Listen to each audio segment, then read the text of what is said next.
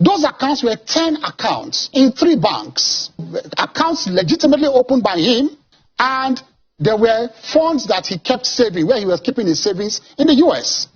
That's a lie, because his salary was $2,400, and at one point he deposited $661,000. At another time he deposited $1.2 million. That's $1.8 million. How do you save $1.8 million when your salary on a monthly basis is $2,400, which is actually just $38,000 plus per year? And he stated it himself that he didn't have any other source of income. So where is the savings? As I speak with you, if you want to know whether there is a criminal charge against somebody, you must have a complainant.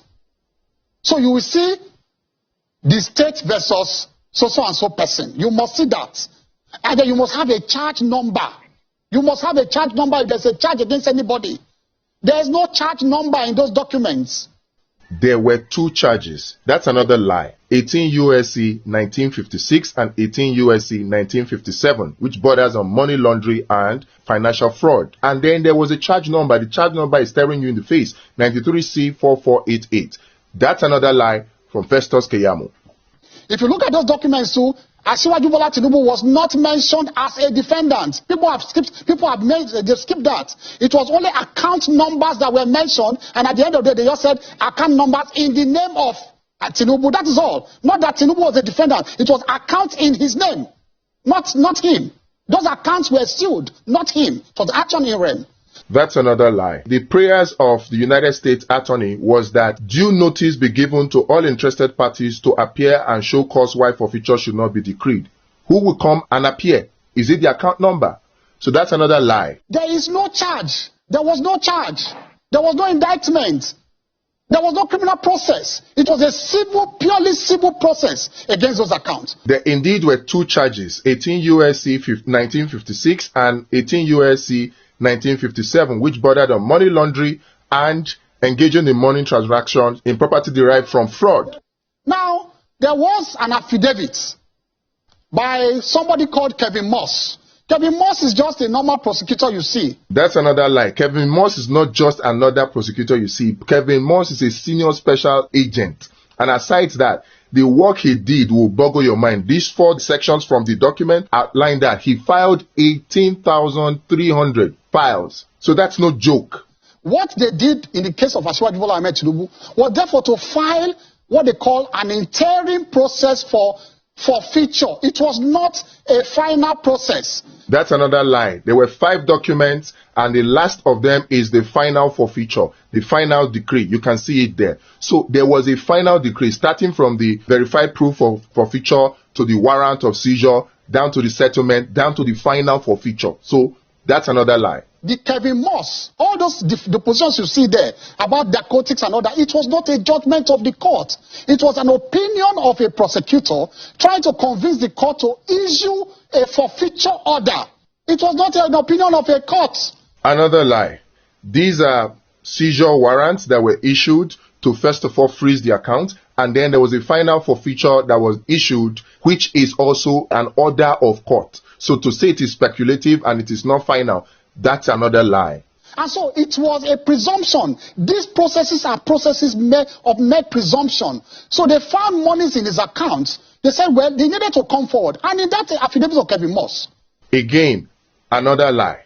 This is verified complaint of forfeiture. They were not speculation. He backed it up with an affidavit, and he got a warrant of seizure, and then got settlement and got final forfeiture. So it is not mere speculation. This is another lie from Festus Keyamo. They said they interviewed Mobile. Mobile said, yes, this man is a treasurer in the Mobile. But they said, no, those funds are not from them. But they confirmed his status, not as a criminal, but as a respectable employee of Mobile. It is in the affidavit of Kevin Moss. This is a potential lie, because the Mobile is talking about is Mobile Oil Nigeria Limited, which is not ExxonMobil, because many people seem to think that it is ExxonMobil. It is not ExxonMobil. In fact, the company has changed its name now from Mobile Oil Nigeria Limited to 11 PLC. Look at paragraph 38 of the affidavit by Kevin Moss. I want everybody to look at paragraph 38. After the rigmarole of trying to find out whether the account, the money, where the monies came from, whether they were, linked to drug and all of that, it was all speculative. They came to the conclusion that the proceeds he got from the tax, the deposit he made there what they call, what the bankers normally call investments. He kept the money there and he was getting profit on the interest. They said he had not paid tax on those interests. That is all. So it was not like a deliberate act. So that's another lie from Festus Keyamo. The whole charges that were brought against Bola Ahmed Tinubu were USC code 1956 and 1957, and they bonded on money laundering. To say that it was tax is a deliberate lie. A very, very big lie. In fact, the forfeiture order did not include that it was for tax. This is the forfeiture order. The final order. It stated that it is for narcotics trafficking and money laundering. Those were the two charges. So this is another lie from Festus Keyamo. Yes. Would you liken the settlement that Bola Tinubu had with a court in the United States at the time over these monies as a sort of a plea bargain? No. A plea bargain, you cannot build something on nothing and expect it to stand. A plea bargain must arise out of a criminal charge. Like I said, there is no charge, nothing anywhere, nothing like a charge anywhere. That's another lie from Festus Keyamo for Bola Ahmed Tinubu. There were two charges, USC code 1956 and 1957, which bordered on money laundering and using proceeds illegally gotten. Going from that, you see now that there was a plea bargain. This is stipulation of compromise settlement, which is plea bargain.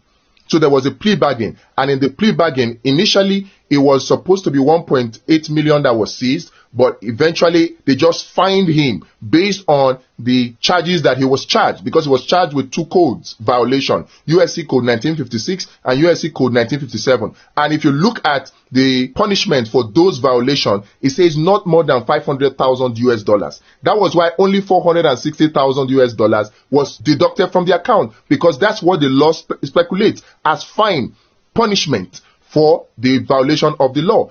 The other option would have been imprisonment, which I'm sure that Tinubu would not have wanted. So there was a charge, there was a plea bargain, and there was a fine, which is actually the forfeiture of the $460,000 based on the law. You established that there was a forfeiture. But if there was a forfeiture that was made, and that kind of forfeiture is still subsisting, and it has a criminal nature, that has not been set aside up to date. No. A forfeiture, you see, that's why I said you should take a paper and a biro. This is a lecture class for you. A forfeiture is not something hanging on your neck. It's a permanent settlement, and everybody will shake your hands and go your way. The forfeiture in this case, which proves that this is another lie from Festus Keyamo for Bola Ahmed Tinubu, the forfeiture in this case is based on code violations for 1956 and 1957. The punishment for it is either fine of not more than $500,000 or imprisonment. And so Bola Ahmed Tinubu was given a fine, which is the forfeiture settlement that he got, and it was $460,000. There was a forfeiture, which is actually a fine based on the two charges that were brought against him. I refer you again, paragraph 6, page 2 of the settlement signed. In that paragraph 6, they were even begging Asiwaju. They said that, look, please don't proceed against us again. This is a final settlement between us. Go your way, we go our way. That's another lie from him, from Festus Keyamo. Festus Keyamo, as a senior advocate of Nigeria, knows that there is always indemnity clause in such plea bargains to prevent you from saying, or your children from saying, oh, the money that was seized from you was actually responsible for the death of your relative, and so they want to sue because of that. It's just an indemnity clause. That is usual. In fact, not only for plea bargains, that it's normal. So coming to say that they were begging him, that was just a blatant lie. Out of the 10 accounts,